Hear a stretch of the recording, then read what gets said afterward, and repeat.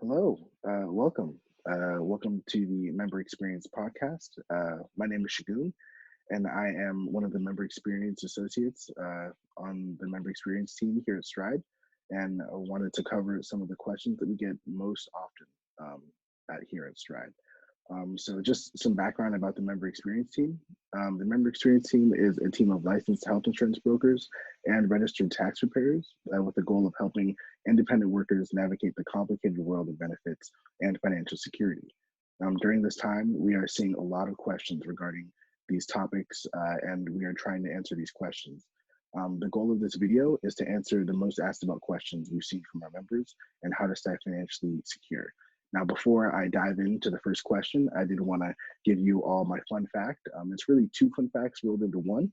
My two favorite movies are Home Alone 2 and also Rush Hour 2.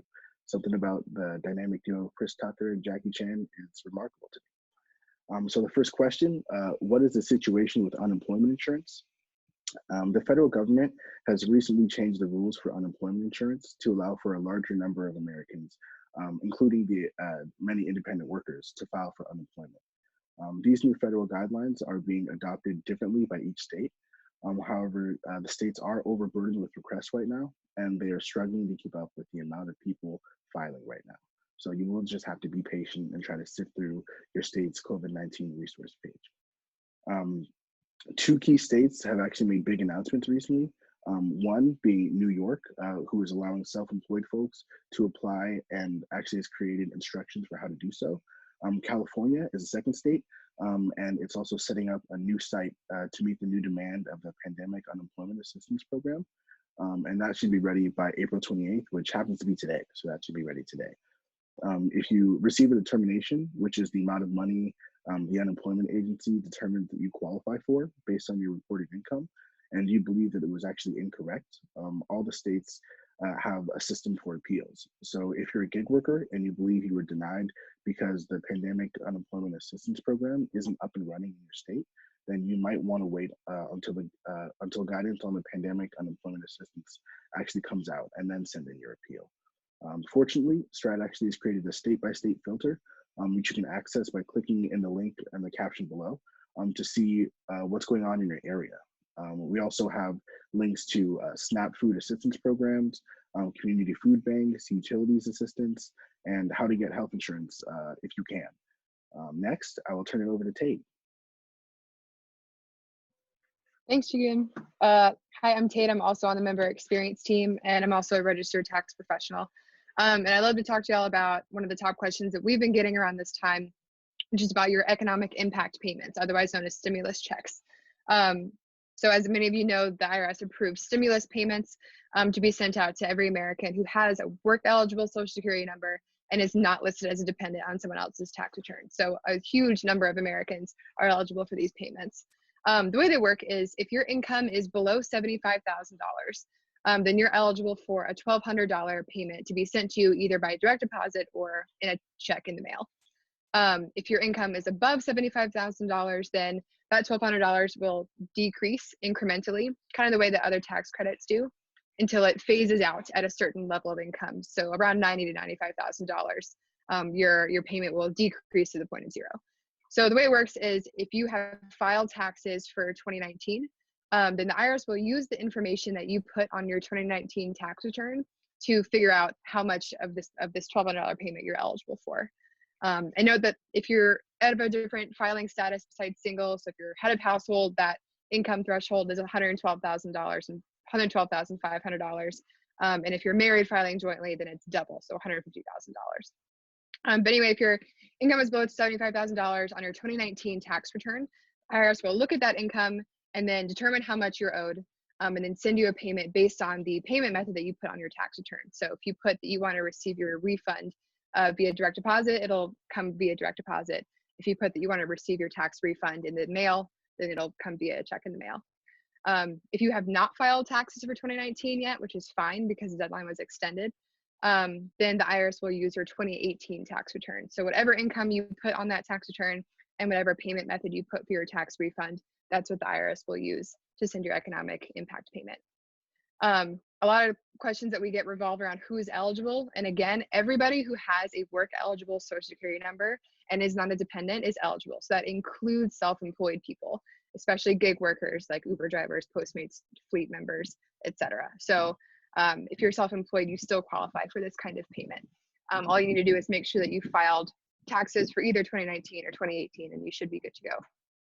If you want more information about this, you can head to stridehealth.com/COVID-19, and we have a lot of information about other financial and health resources, as well as information specifically on these impact payments. I'm going to turn it over to Adam, who's going to share some information about financial resources that you can utilize during this time. Thanks, Tate. Hi, I'm Adam. I'm coming to you from San Francisco. My fun fact, I'm a guitarist, and my favorite song of all time to play is Stairway to Heaven by Led Zeppelin.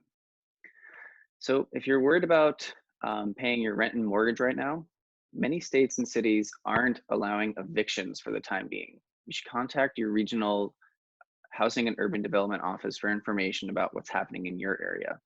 There's also assistance for federally backed mortgages. If you're worried about paying your mortgage, you should contact your bank and see what kind of help they can offer. As for utilities, several electric, gas, and water companies have pledged to not shut off utilities. This includes Con Edison in New York, PGE in California, and Washington State's largest utility company. You can head to your state's government website and find out what's happening in your area.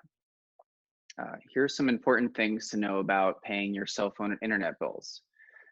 The top cell phone and internet companies have pledged not to suspend service and have agreed to waive late fees. Many companies are offering free long distance calling to certain countries as well, expanded Wi-Fi hotspots, and waiving certain overage fees. This includes AT&T, Comcast, Sprint, T-Mobile, and Verizon.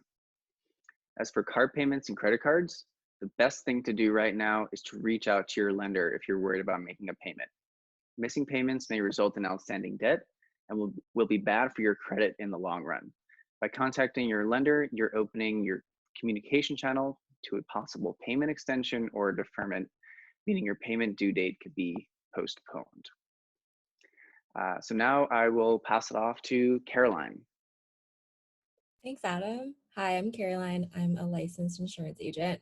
My fun fact is that Bon Jovi follows me on Twitter.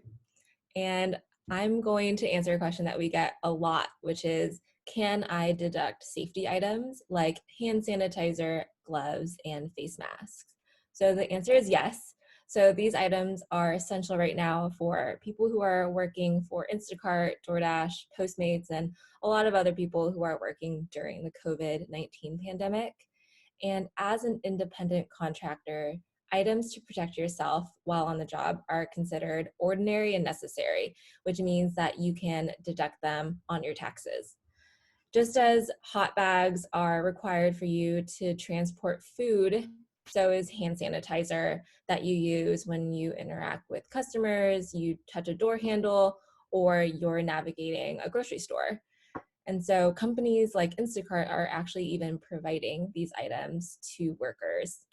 And so if you use the Stride app to track your business expenses, we currently don't have a specific category for safety items. And so instead, we recommend that you either keep track of these expenses separately from the app, or you can utilize the hot bags and blankets category within the app, and then enter a note that these are safety items when you actually reach the expense screen. And so now I'm going to pass it off to Sam, who is going to talk about who's hiring right now. Hi, y'all. I'm Sam, also on the member experience team. My fun fact is, well, I've got two. My favorite color is purple, and my go-to quarantine activity is ping pong. So yeah, if you're looking for a new job or want to pick up some part-time work on your own schedule, Stride has put together an excellent resource for finding work. If you're interested, check out the Find Work section in the COVID Hub on our website. Now could be a great time to find out or try a new platform or pick up another part-time gig. If you're driving for Uber, you could try out Uber Eats, Instacart, Postmates, etc. And obviously it's important to stay safe right now, especially if you're actively working. So Stride went ahead and prepared resources on how to stay safe while working. Many companies, such as Instacart, are providing personal protective equipment like masks and gloves to their shoppers. And to list a few companies that are hiring right now, in the delivery work category, you can check out Instacart, Postmates, Grubhub, DoorDash, to name a few. If you're interested in checking out some part-time grocery work, some employers such as Kroger, 7-Eleven, Walmart, and CVS are really ramping up hiring right now. And if you're interested in some online task-based work, anything from handyman work to freelance finance or design work, you should check out Spare5, Fancy Hands, Upwork, Udemy, or Skillshare. And yeah, feel free to check back our website and see what other opportunities there are. And without further ado, I'll pass it off to Segun. Thank you, Sam. And that concludes our first edition of the Member Experience podcast. If you have any other questions that we may have not gotten to, please feel free to ask us down below. And you can also find a link to our COVID-19 resource hub, as well as to our blog down below. But just for this time, thank you for being with us. Bye-bye.